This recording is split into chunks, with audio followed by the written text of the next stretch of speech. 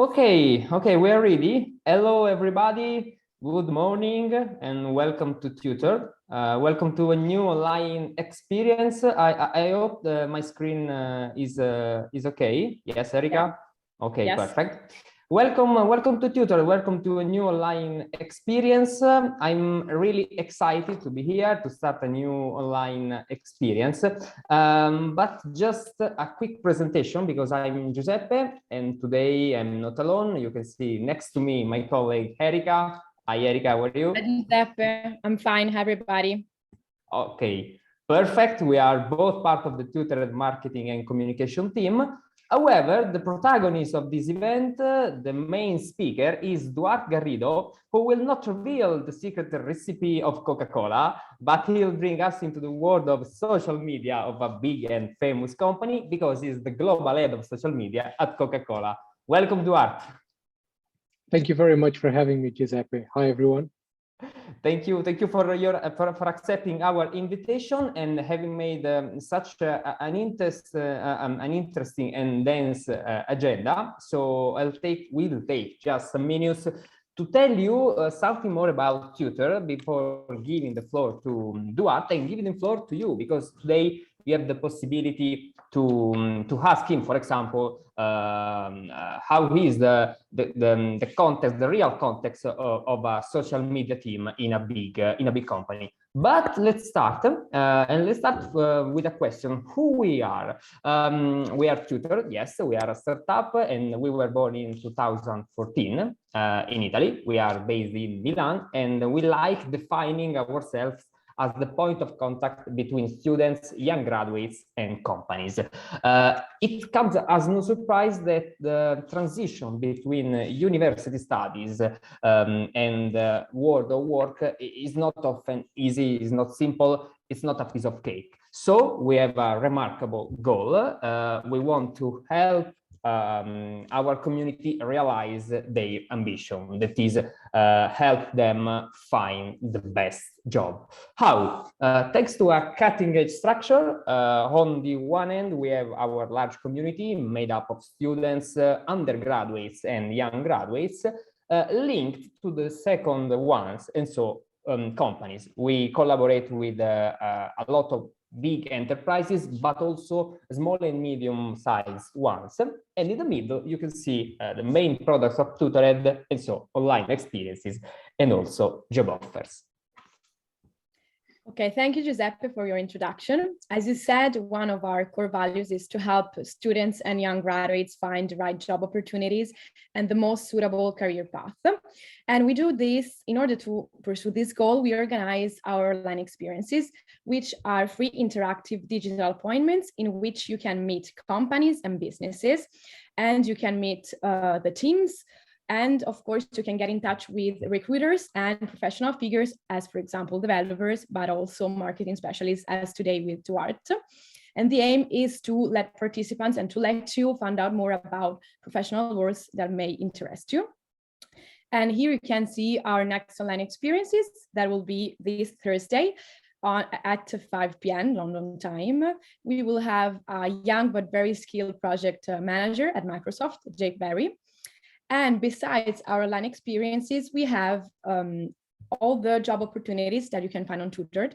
We have at the moment more than 250 companies that are actively publishing job opportunities on our website. And the peculiarity is that these job opportunities are strictly related to your career, to your study path. So if you're studying marketing, you will find just those roles that are related to marketing figures. And in the next few months, you will also find a lot of job opportunities for companies located in the UK. So stay tuned. And we are quite ready to start, but I want to tell you something about Zoom. You can use the chat to start a discussion.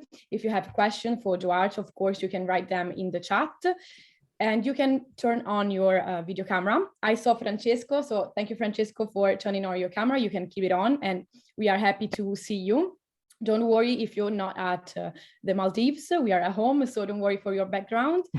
And if you want to participate with your microphone on, you can click on reaction on the bottom, and you will see how to raise your hand virtually. And me and Giuseppe can give you the possibility to turn on your microphone, and we will be happy to hear you, especially in the final session of Q&A, in which you can ask whatever you want to Duarte. So I think that now we are ready, really ready to start. So Duarte, the stage is yours. Thank you, Erica. And thank you both, you and Giuseppe, for having me in. And thanks everyone for attending. I'm really excited about this. I have to say, I would have very much enjoyed when I was starting my academic journey to have a tool like Tutored. I think you're really filling in a gap here. I come from Portugal. In Portugal, we have a very theoretical system of education, especially higher education. So, you know, a practical tool to allow us to listen from people who actually work in the industry would have been incredibly useful for me back then. So I hope I can do it justice today. So the way I'm going to organize this, and guys, please feel free to you know, send any questions you have, like Erica said, to the chat. And I've told Erica and Giuseppe to interrupt me as questions come in, because although this is virtual, I really want this to feel as much of as a conversation as possible, really, and less of me sort of lecturing, because that's not the point and defies the purpose of me being here. So I'm going to tell you a little bit about myself before telling you a bit about the industry and giving you some useful tips to those of you who are planning a career in social media or digital marketing. So I am not a digital marketer or a social media professional by trade. That's not how I started. To be honest, I think that that's not how most people start their careers in social media. You know, it's not a course that you can take in university. Some people just stumble on it, or it's something that they do as a hobby, and then they figure that it's something that they enjoy and they're quite good at. Or some people just, you know, study marketing and then niche down into social media. Personally, I started as a journalist, and that was almost, I think, 8 years ago, which is how long I've been in London for. Before that, I was in Portugal, my home country, where I did a multitude of other jobs. Like I was a chef for a couple of years. I waited tables. I worked in warehouses. I was a gardener. It took me a while to find myself academically. So for those of you who are still, you know, wrapping your heads around what you should do with your lives, don't stress, because I think I was 26 when I finally decided what to do with my life. And I'm 34 now, and I've got quite a, you know, a good career that I can be proud of. So it doesn't take a lot of time once you get started to get the ball rolling, but take as much as you need to know yourselves and to know exactly where your strengths and weaknesses lie. I used to have people tell me all the time to follow my passion when it came to me choosing a profession. But to be honest, I think that's a pretty lousy tip. I think that if something is your passion, make it your hobby. But if you're choosing a career and a job, play to your strengths. Know where your strengths lie, what you're really good at in terms of hard and soft skills, and choose a job according to that, because that's what's going to make you successful in the future.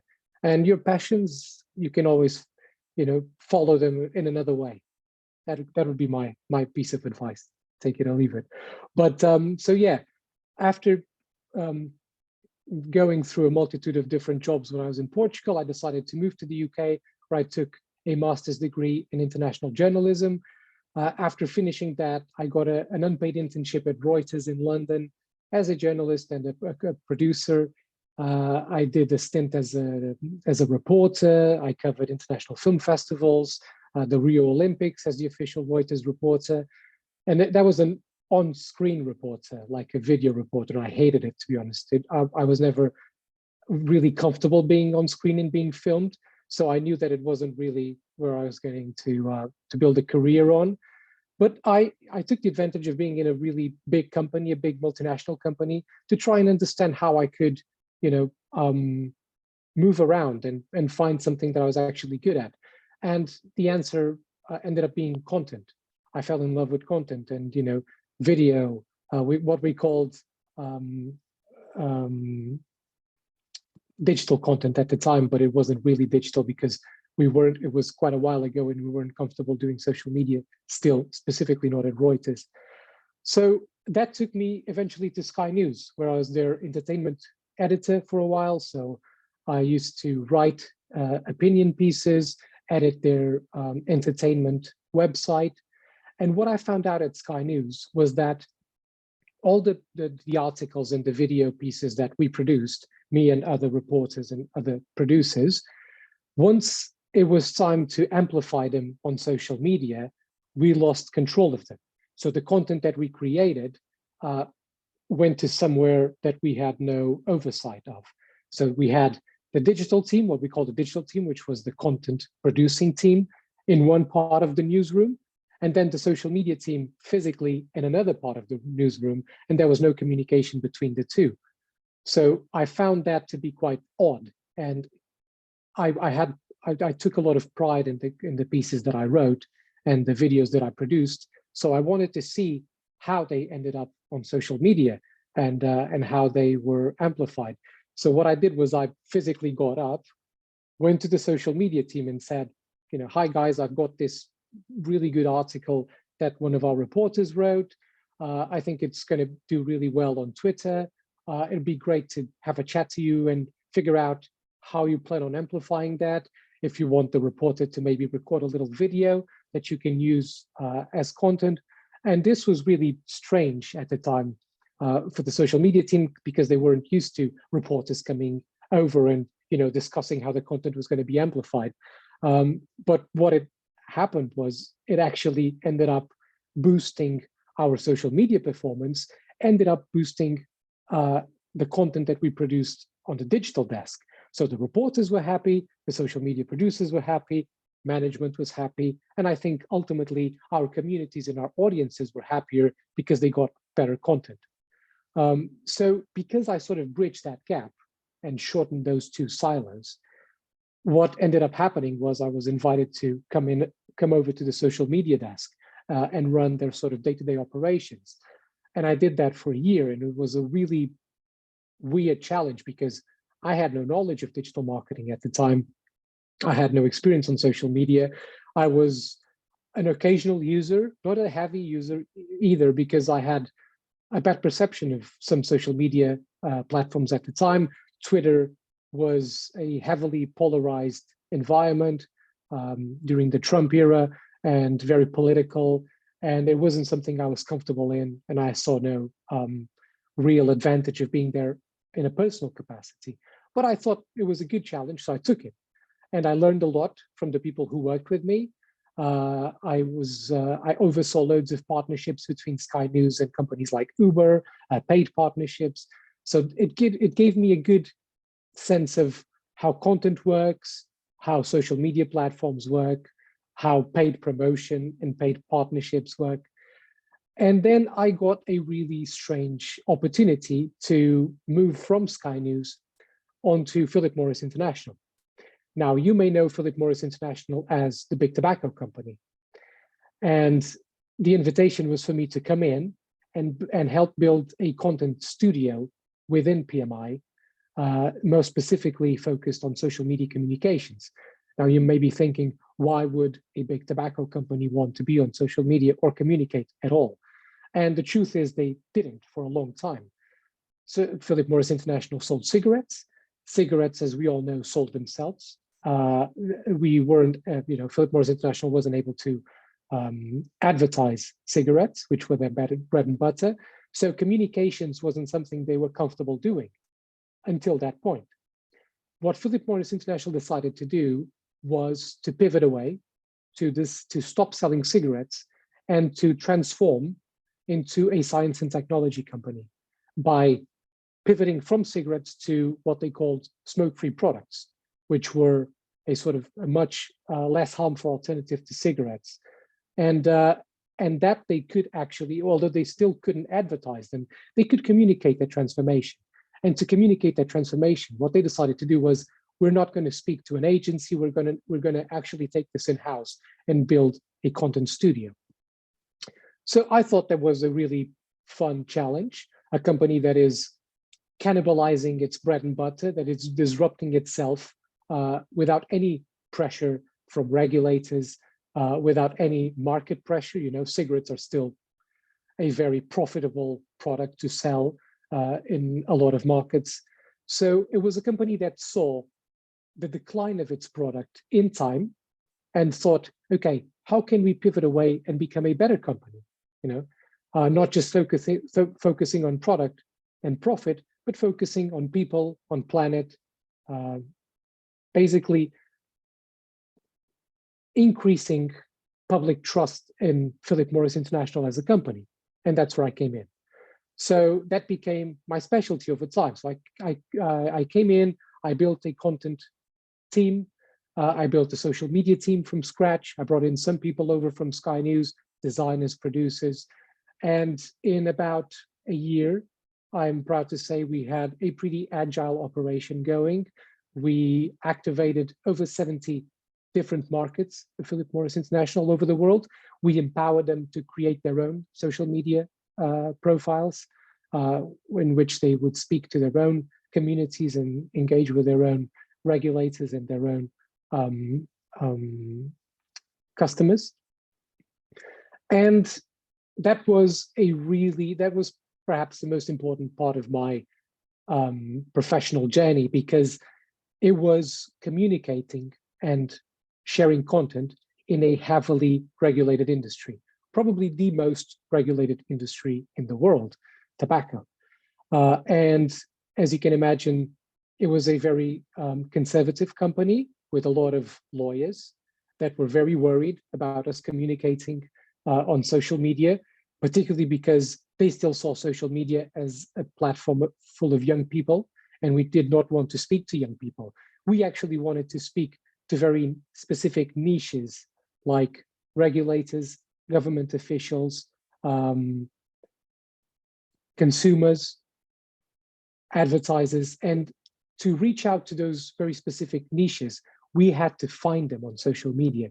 So the way we used social media was very targeted, was, okay, let's see who are the communities that we want to reach with a certain type of content. What is the end goal with those communities? What do we want to show them? What do we want to share with them?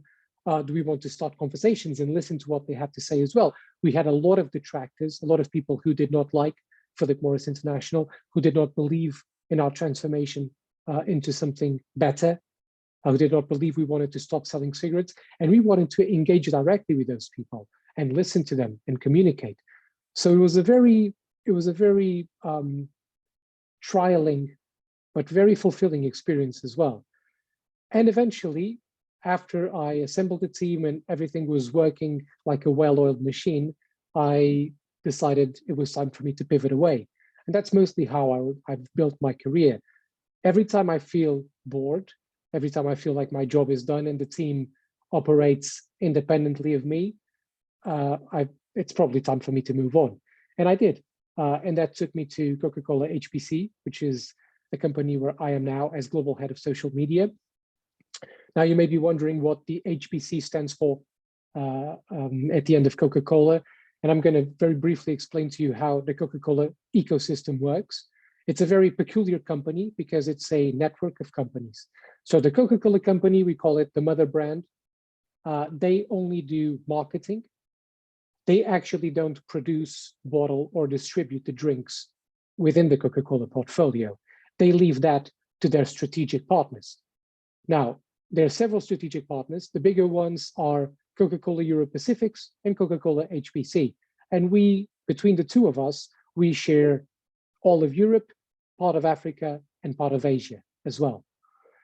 So that's where I am at Coca-Cola HBC as global head of social media. Again, a very heavily regulated industry with a lot of reputational issues like pollution, like sugar. And my role is less trying to sell product on social and more trying to communicate what we are doing in the areas of sustainability, what we are doing in the area to reduce sugar, to try and become a better company for people, a better company for the planet, and not just focus on product and profit. So not too different from what I did at Philip Morris International. And basically, that's really where I think my strength lies. It is within regulation, reputation management, crisis communications.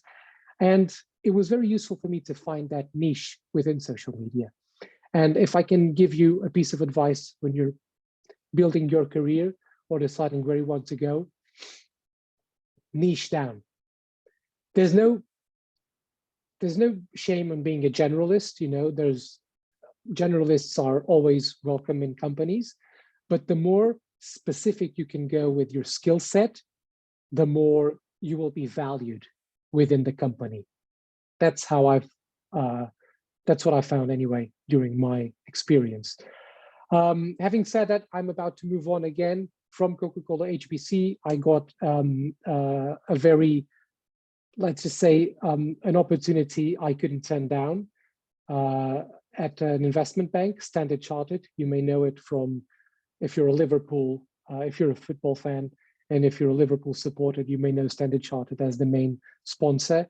So I'm going to move to a global role within Standard Chartered, managing their social media operations, but also their cross-channel strategy. So not just social media, but web, internal comms, external comms. And that is really where I think social media is at the moment. And that's why I accepted this opportunity. Social media is changing and marketing is changing. If we look back at marketing 10 years ago, it was mostly seen by companies and particularly by CEOs and CFOs as a cost center. Marketing didn't have direct attribution before digital marketing. What that means is that companies would allocate a budget towards marketing and advertising, and they would pretty much give the budget on and turn their faces and just pray that their profit would increase eventually. So chief marketing officers at the time were creatives. Very little science was put on marketing. You know, they would pour millions of dollars into this big TV advert. If they were really good, they would put it on the Super Bowl or any of the big sort of moments in the calendar. And then if share price went up in the months following, or if profit increased in the months following, the CMO would knock in the CFO door and say, this was us. But there was no proof. This was just speculation. They would say, you know, this was because we did the advertising. This was because of our awareness campaign. But since the advent of digital marketing and specifically social media marketing, there's been direct attribution, right? We can now monitor how effective our marketing campaigns are. And social media is also changing. What is happening is social media used to be a discipline of marketing, right? It used to sit within the marketing department. Well, not anymore. Now social media is seen as a cross-functional department within the whole company. And what this means is that it is not just it's not just a platform to sell content, right? Or to sell product. So it's not just a marketing platform. It's a platform for community building, for executive communications. So from the C-suite to external comms, to procurement, to IT, most importantly to HR, right? People and culture, all of these different departments within an organization can actually use social media, either to engage in conversations or just listen, you know, use social media as a listening tool to understand what their customers are saying, what their employees are thinking, what their competitors are doing. All of this can be found on social media. So it is, I kid you not, the most powerful and the most underrated tool in a company right now. And because it's pivoting away from marketing and it's being used cross-functionally within the whole company, this job opportunity that I have at Standard Chartered plays to that, because the reason why I accepted this role was the role sees social media as a cross-channel function. So I am now going to be in charge of social media, but I'm going to dip my toes in every single communication and content department, right? And I'm going to serve them. So I'm going to have a multitude of internal stakeholders that I am going to strive to be useful to. And those are really going to be my main KPIs, right? My main success factors. If I can be of use to people within the company, then I can contribute directly to the bottom line. The bottom line meaning profit, right?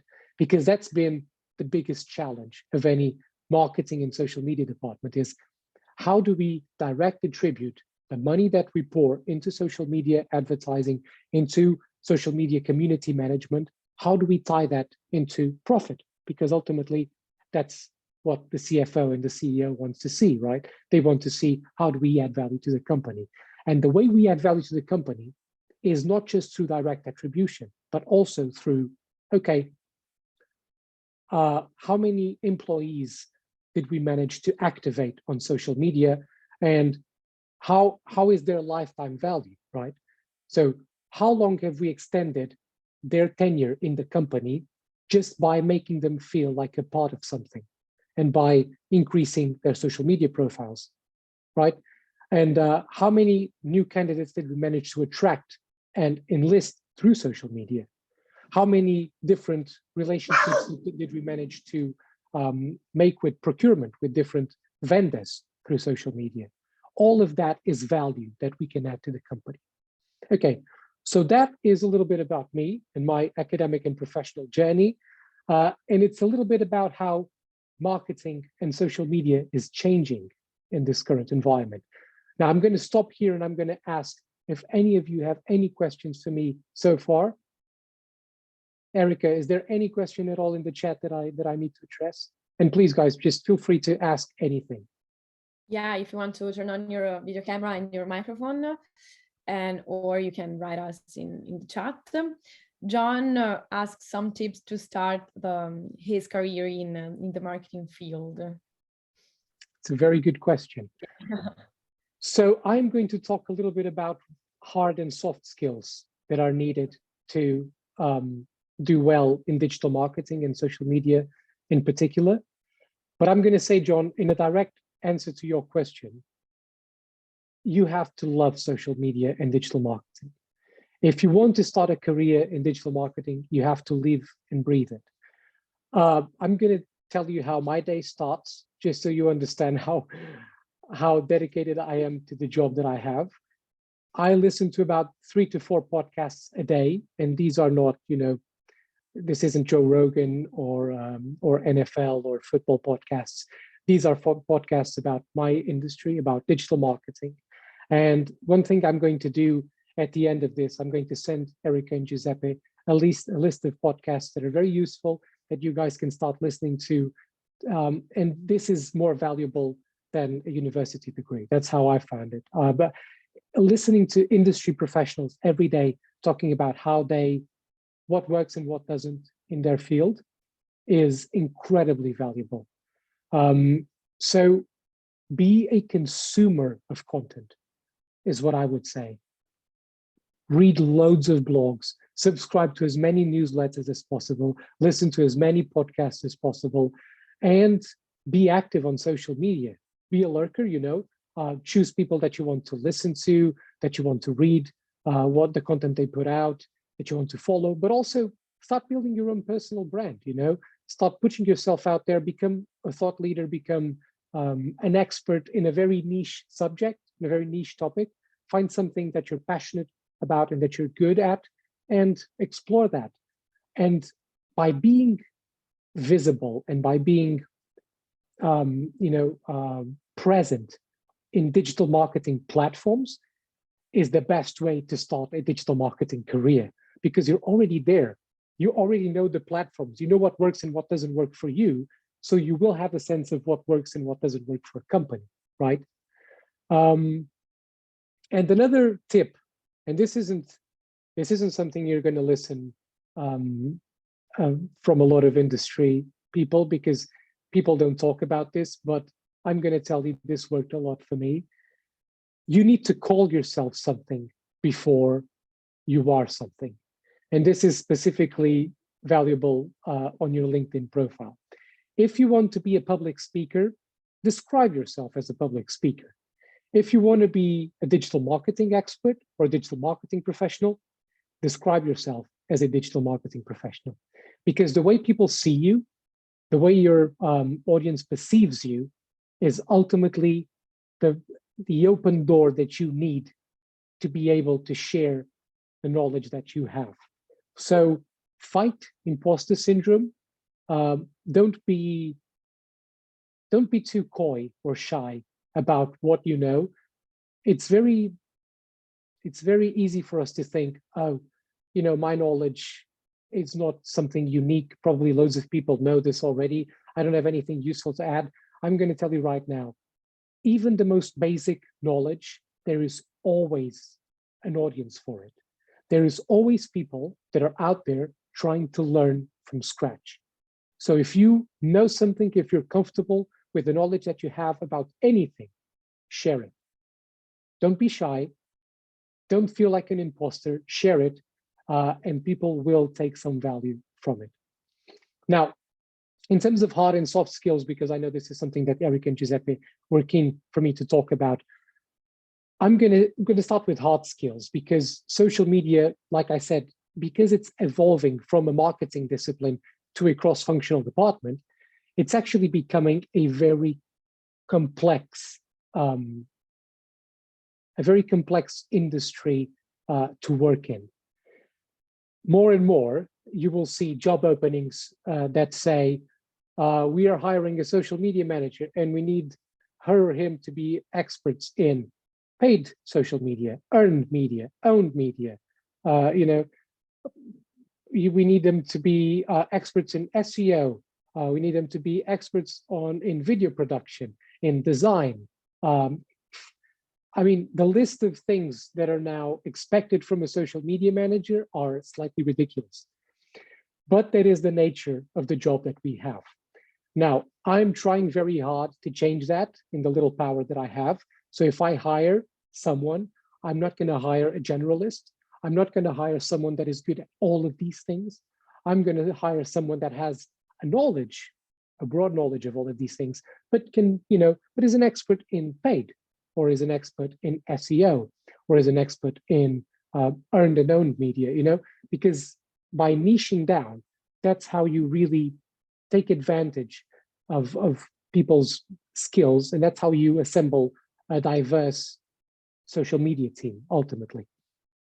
But these are the hard skills that you need in a broad sense to make it in a digital marketing and social media area. That's creativity. First of all, you need to be creative.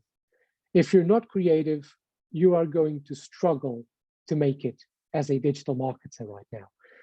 I like to say that digital marketing is a mixture of science and art, and that has never been as true as it is now. It used to be all art, right? There was no science to it. Now with direct attribution softwares and with analytics and metrics, it's a science as well. So, but we cannot lose sight of what is the bread and butter of a digital marketer, and that's creativity, right? Because we've evolved from advertisers. We've evolved from the madmen of the 50s, right? So we are still those people. We are still trying to impress and delight and leave a mark in the world. And to do that, you need to be a creative. And you may think that you're not a creative. For those of you who don't see themselves as creatives, I promise you, you will have some creativity in you. You just need to find a way to explore it and to increase it and to sort of nurture it, because it's very easy to just focus on data and analytics and forget about what actually makes people tick. And what makes people tick is creativity, it's humanity, right? It's art. So creativity, a hard skill, definitely not a soft skill like some people say. Then you have to have attention to detail. You have to have a both micro and macro perspective. You have to have a sense of organization, of planning, to be able to build content calendars, right? You have to have a very strong news acumen, because you have to have your finger on the pulse and understand what's happening in the world. What are the trends? What are the news of the day? And you have to be able to jump on them as a company, sometimes, and sometimes not. You have to have a good project management skill set, campaign management, an understanding of SEO, even if it's just basic SEO for platforms like YouTube, for instance. Again, you have to have a good sense of paid, earned, and owned media, a deep understanding of behavior psychology and behavior economics. And this is very important. Remember this, write it down. Behavior psychology and behavior economics. Those are the fields and the areas that will allow you to understand people. What makes people tick? And again, I'm going to give Eric and Giuseppe a few books, if you guys are interested, at the end of this talk, that you can read from some people that know behavior and psychology and behavior economics a lot better than I do. And this is, buyer behavior. We like to think of ourselves as rational animals. We're not. We're deeply irrational animals. We make purchasing choices with our hearts and not our minds. That's if we bought products based on rationality, there would be no such thing as buyer's remorse, right? So it's good to understand what makes people tick. A deep understanding of content strategy, content formats, a knowledge of analytics and reporting tools. You have to have a good sense of crisis communications, crisis management, reputational management. If you work for social media for a big company, this is going to be absolutely essential. So in terms of hard skills, this is pretty much it. In terms of soft skills, like I said, curiosity, eagerness to learn, diplomacy is absolutely essential, because as a cross-functional department, you're going to have to deal with so many different stakeholders within your company. And some of them will be easy to deal with. Some of them will be your champions on social media. Others will still think of marketing and social media as cost centers. They will be skeptical. They will see you guys as the kids, right, in the office, and they won't give you they won't give you a seat at the table. And you're going to have to be able to navigate and to be able to turn those detractors into fans. So diplomacy is essential. Empathy is going to be very important, because again, you're going to be dealing with loads of different people with different objectives within the company, with different experiences. And trust me, to be able to have champions inside the company, they're going to have to be very empathetic and be able to understand what they need and play to that. You have to have leadership skills, because even if you're not a social media leader, you will have to be a thought leader, and because people have to respect your knowledge of your area, right? If you come into a big company, not a lot of people will know social media. So you're going to have to tell them about social media, you have to train them. So leadership is key. Calm under pressure, responsibility, that is, again, very important, because you are dealing with the biggest medium in the world. In terms of reach, social media is a very powerful tool. So as you know, a stupid tweet can sink a company's shares in seconds. So responsibility will come in hand here, and calm under pressure as well. If something goes wrong, the company will tend to you for advice. So you're going to have to be very calm and transmit that sense of responsibility onto everyone around. And that's it in terms of hard and soft skills. John, I hope I gave you something that you can work with. Any other questions, or can I move into the presentation where I'm going to talk about very briefly how to build a social media strategy, how to come into a social media department in a big company? I think we can move to the presentation, and maybe we have 2 more questions, but we can leave them after, because I think one is related to what you're going to say. Exactly. Yes. Okay, perfect. Okay, So fantastic. So Giuseppe, if you want to share the screen. Yes. Fantastic. So do you want to make it full? I can still see the rest of the presentation. There we go. Perfect. So apologies for the very basic presentation, but that's just how I do things. I think these are more helpful as visual aids. I hate busy PowerPoints. So if anyone needs any material afterwards, I'm happy to send my notes, but you won't take anything from the PowerPoints, to be honest. Again, just visual cues for you to remember. So when you come in to a new social media role, this is the first step. You need to define your role and responsibilities. Make sure to impress upon the fact that you can only be accountable to the extent of which you can control, right? What that means is, it is very important that you are not made responsible for things that you cannot control. For instance, let me explain what I mean by that. You come into your job and you are the head of social media for Coca-Cola HPC, but at the same time, there's a head of paid social media. So you are only in charge of organic. So immediately you have to make your boss and everyone in the company aware that you cannot be held accountable for the success of your social media platforms because you can't control them, because paid plays a very important role. So it's important when you come in to define your role and responsibilities from the get-go, because that will allow you to build a strategy and to deliver on promises, right? You can move into the next slide. This is very important. This is step 2. You need to gather support. And I was talking previously about finding your champions within your company. This is absolutely essential. Find people that believe in social media, that believe in the role of digital marketing and how it can feed the bottom line, profit, right? Find those people. Those people in high jobs will be your anchor in the company, because you will have detractors and you will need champions. You can move into the next slide. This is going to be step number 3. I mean, if you're coming into a company to start a social media operation, either you're starting it from scratch and the company has never had a social media presence, or you're coming into an already built social media operation, right?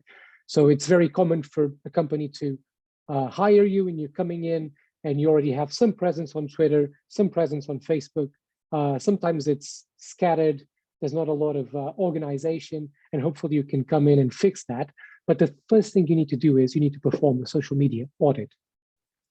Either with the help of an agency or in-house, you need to look at historical data, because only by looking at the past can you decide what to do in the future, or else you will be starting from scratch and you may be making mistakes that your predecessor has made before. And if you just looked at historical data, you wouldn't have to. You could just start from where your predecessor left off. So performing an audit is absolutely essential. It's to determine where a company has been in order to determine where a company can go. And then after that, of course, you need to check your business goals. And what I mean by that is you need to speak to your boss, to your manager, to senior leadership and ask, what are the main business goals of the company, right?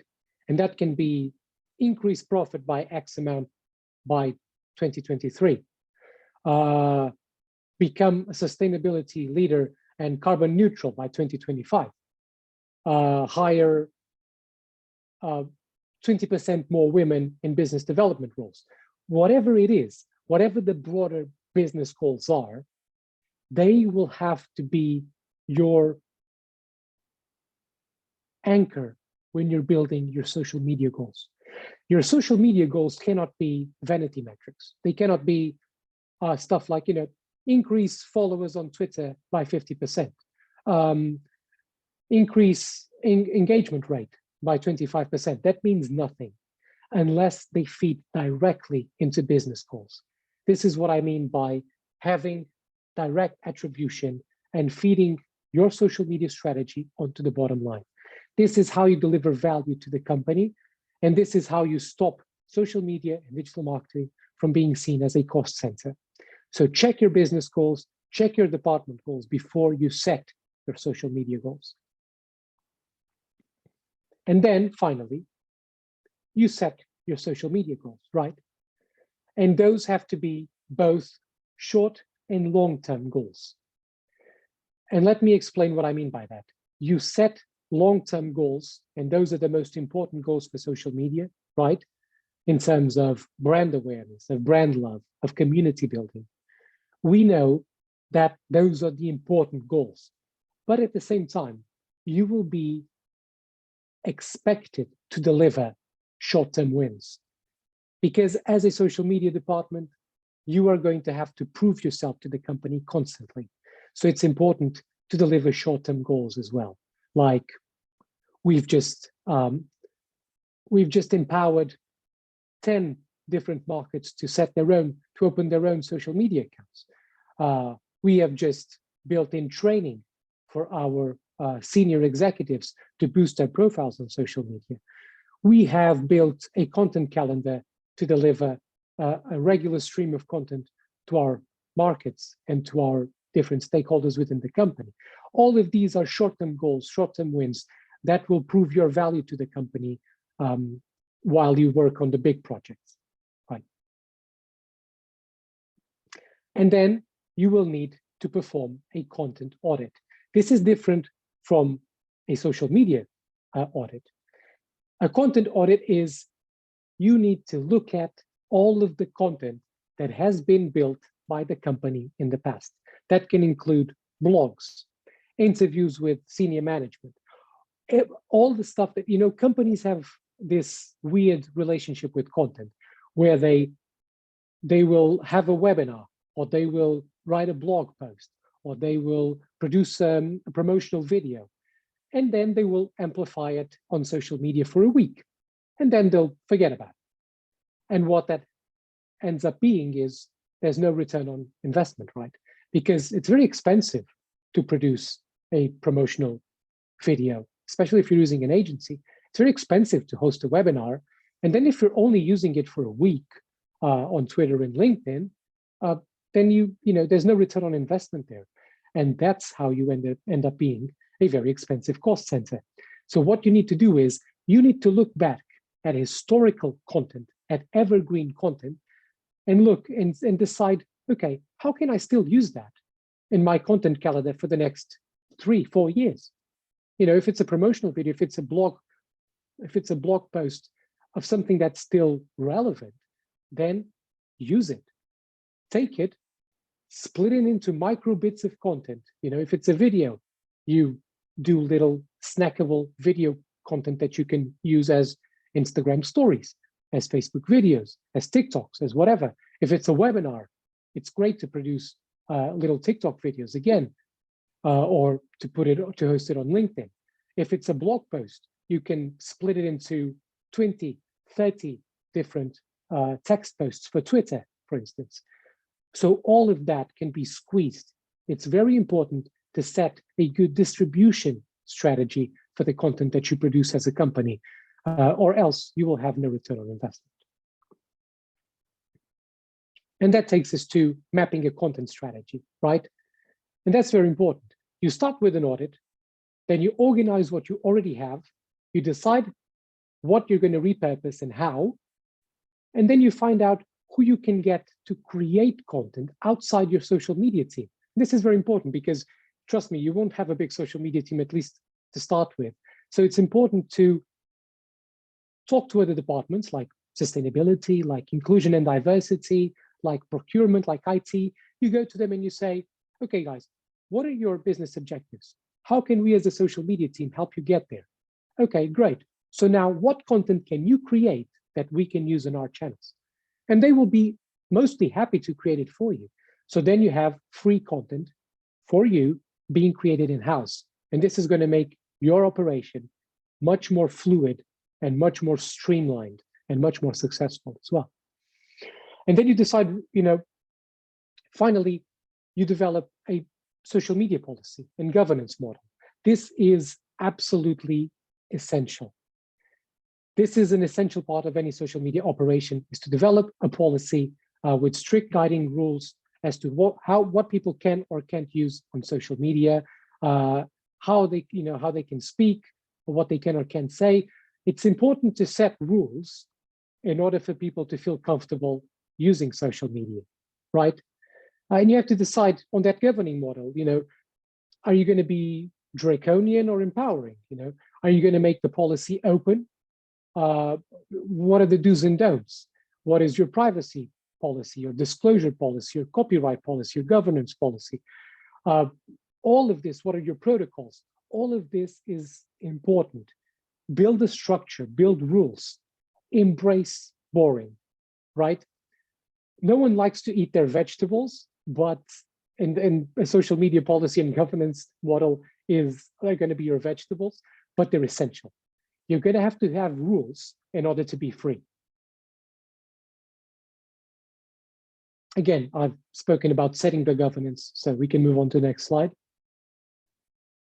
Finally, you need to set brand guidelines, right? Your tone of voice, your brand identity.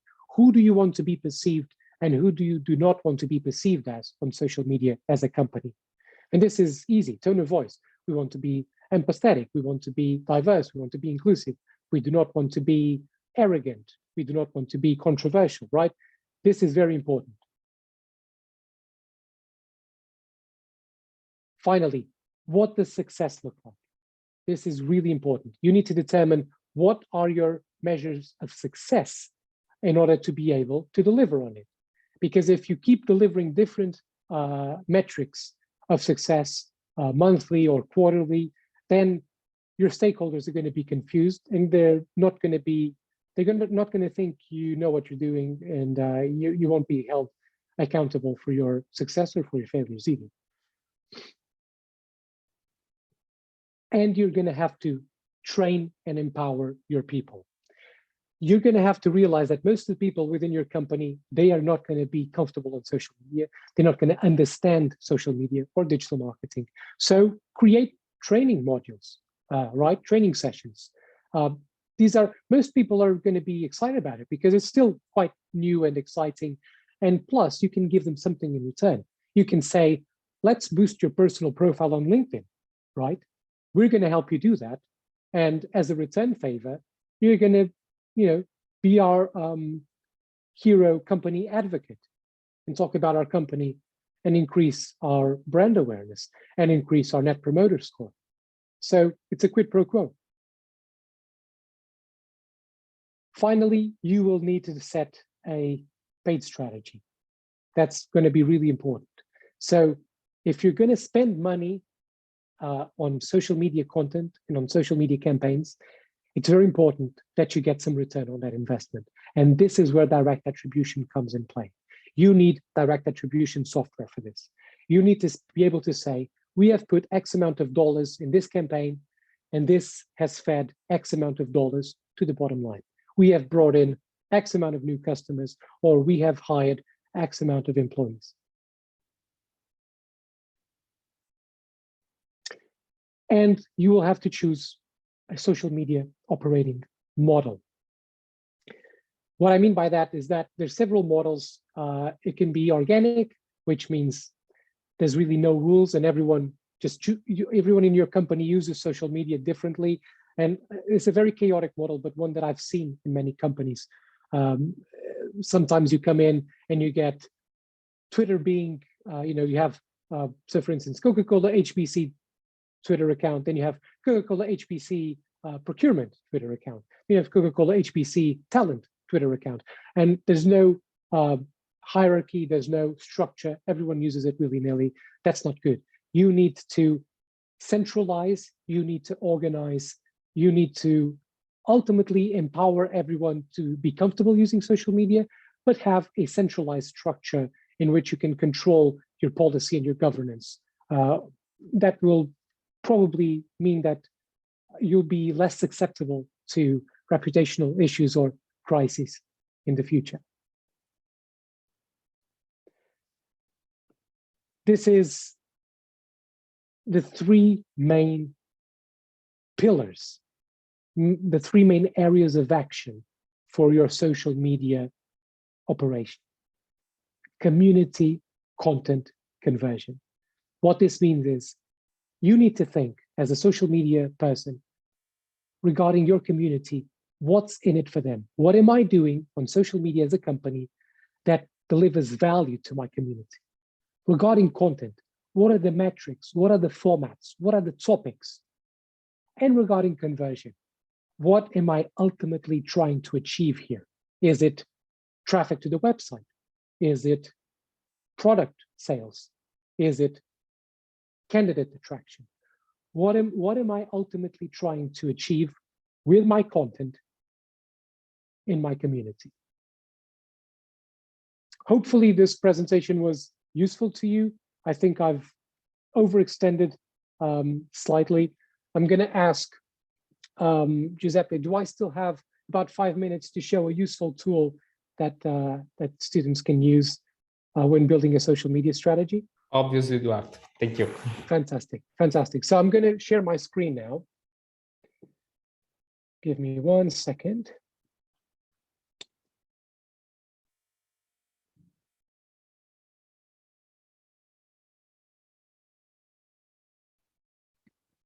Fabian wrote very useful. Thanks a lot. Fantastic. Good to know. Thanks, Fabian. Let me know when you can see my screen. Yes. Can you see? Okay. Can you see this, my business model Google? canvas? Fantastic. So this is a very useful tool that you won't hear from, I would say, any social media manager or any digital marketing manager. What this is a website that you can go to called Business Model Canvas. And this is used by MBA students to determine the viability of a business. So if you're building a company, this is the structure that you use to determine how that company will make profit, how that company is going to be structured, right? This isn't used for digital marketing purposes, and this isn't used for social media purposes. Now, what I'm here to tell you is this. This is an incredibly useful tool when you're building a social media strategy, because the best way for you to provide value and return on investment and stop being seen as a cost center by the CEO and the CFO is for you to professionalize your social media operation, to prove that social media is not fun and games. Social media delivers to the bottom line. Social media is a serious business. To do that, use this very useful tool that will basically allow you to determine who your partners are, what your activities are, what your resources are, what's your value proposition for being on social media, what are the relationships with your customers, with your audiences, what channels are you present in, what are your customer segments, what's your cost structure, and what are your revenue streams. Now, I'm going to just give you some examples of this. Key partners can be your internal stakeholders. So, for instance,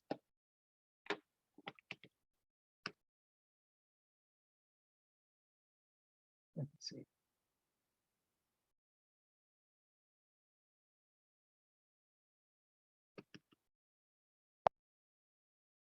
Sustainability. That's always a very important internal stakeholder to have. Inclusion and diversity, right?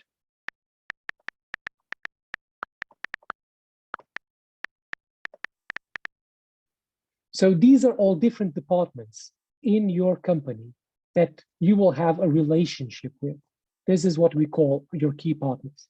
Then your key activities, right? As a social media operation, what do? Well, you post, right? You engage.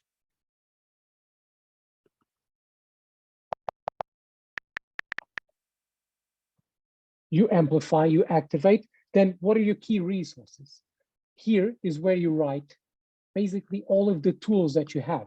So for instance, Canva, which is a free design tool. That's something that you'll probably have, right?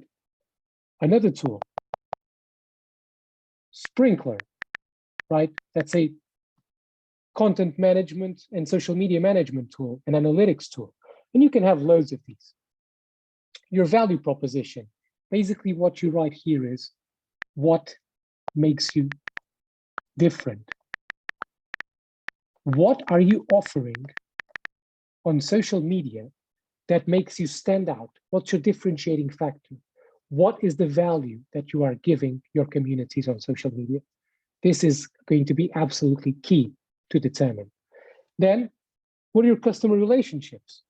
That can be communities, right? Or customer service.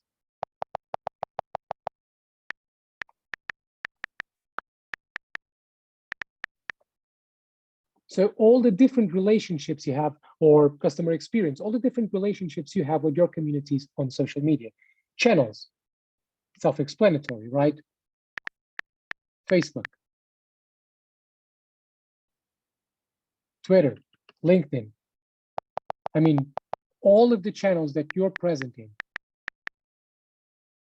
Then what are your customer segments? And this is where you get down to what are your target audiences?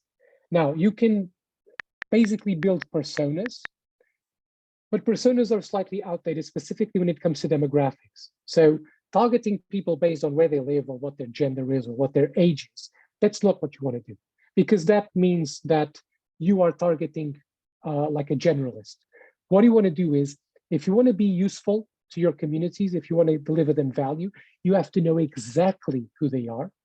And you have to know exactly what content to produce that will resonate with them.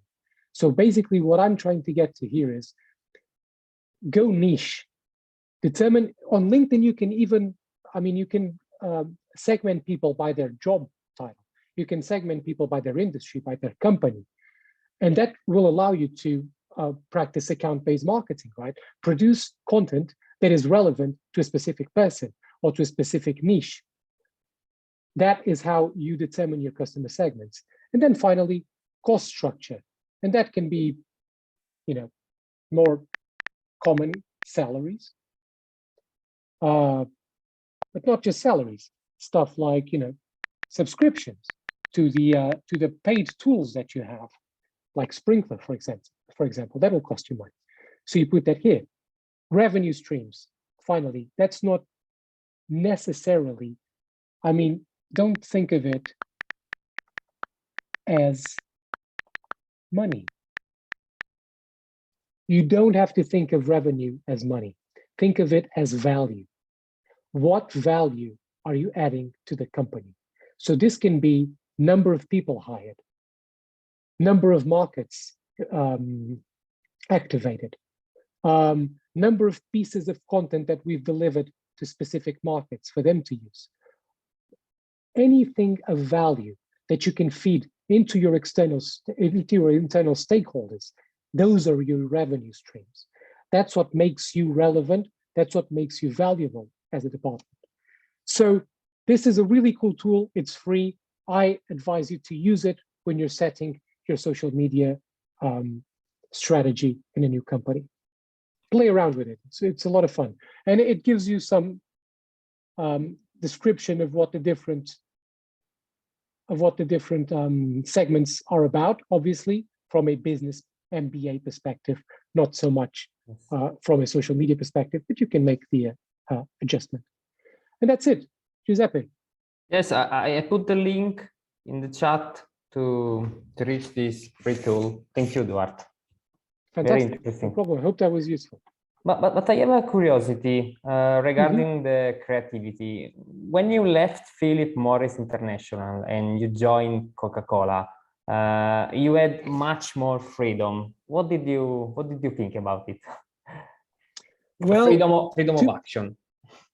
To be honest, I thought I was going to have a bit more freedom because everyone sees Coca-Cola as this incredibly creative brand, right? But the truth is, I didn't. It was like any big company, Coca-Cola is full of red tape. It's a very, like I said, it's a very heavily regulated industry right now. There are a lot of concerns regarding obesity, sugar tax, pollution, plastic, sustainability. So all of these things are things that you need to take into account as a creative. Granted, it's a more friendly, more human brand than Philip Morris International, but creativity is what you do with the constraints that are given to you. So I was actually as creative at Philip Morris as I was in Coca-Cola, because Philip Morris, you had to be creative. Creativity is not always about funny campaigns, or it's not always about Super Bowl spots, right? Creativity sometimes is about how can we find creative ways of reaching our target audiences, navigating a sea of legal barriers and blocks to what you're trying to do. Sometimes that's creativity. Sometimes creativity is how can I get my CEO to understand what I'm trying to get to here. That requires a lot of creativity as well. So sometimes limits are necessary. Limits are very necessary. I said, like I said before, creativity flourishes within constraints. The more red tape they put around you, the more creative you have to be. So embrace regulation, embrace red tape and difficulties, because ultimately that's how you provide value to the company as well. It's very easy to be a social media manager at Innocent Drinks. I don't know if most of your audience, if they're in the UK, they'll know Innocent Drinks or Oatly, or if you're dealing with a company that's edgy and new and cool and young and small, then it's very easy to be creative. When you're dealing with multinational companies with hundreds of different markets, thousands of different stakeholders, millions of lawyers, that's the real challenge. Perfect. And if we have 3 minutes, we can answer to the question of Deborah, because she wrote, what do you think about metaverse? In your opinion, how will digital marketing change? That's a really good question. I recently brought in the biggest expert on the metaverse, which, by the way, I'm not, 𝗵𝗵𝗃. She's world-known metaverse expert. I brought her into Coca-Cola HPC to give us a bit of a rundown as to what threats and opportunities for Coca-Cola the metaverse could open. I have to say, I'm a metaverse skeptic. First of all, and I'm going to explain why. Not that I don't believe in the metaverse. I think the metaverse is it's a broad term, and it's being misused by companies like Meta, I believe. If we're talking about AR, I think AR is amazing. I think AR provides a great opportunity for marketers and communicators anyway, because if you think about, us using our devices, whether it's wearables or whether it's our iPads or our iPhones, to be able to augment what is real, to be able to point at something that's tangible and get extra information or extra value from it.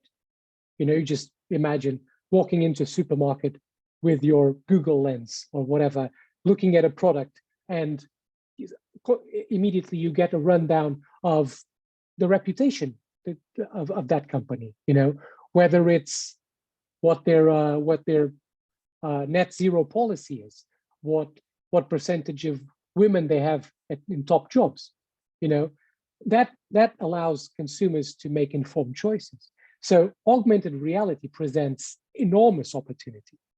If we're talking about VR, which mostly is what we're talking about when we're talking about metaverse, VR for me has been overhyped.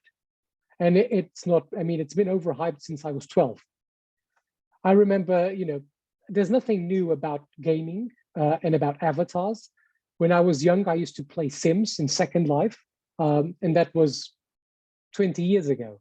And now I look at Mark Zuckerberg building his virtual offices, and the graphics suck, the offices suck, the experience is horrible. It doesn't provide any value that hasn't been there for 20 years. My philosophy of marketing is it needs to provide value to the customer. And right now, you go into the metaverse, and the metaverse is full of gamers and marketers. And because it has more marketers than consumers, that gives me the heebie-jeebies. That makes me wonder whether it's a gimmick, whether it's something that it's more for marketers than for consumers. And when I think about NFTs, they're a scam. NFTs are basically products, virtual products that have no intrinsic value. So they are mostly bought by people who want to sell them, right? They're bought with eyeing the secondary market. So again, it's not a product that solves a need or solves a problem to the consumer. It's a product that solves a need to the marketer, right? It's something that's useful for us as marketers and creators, but not really for consumers.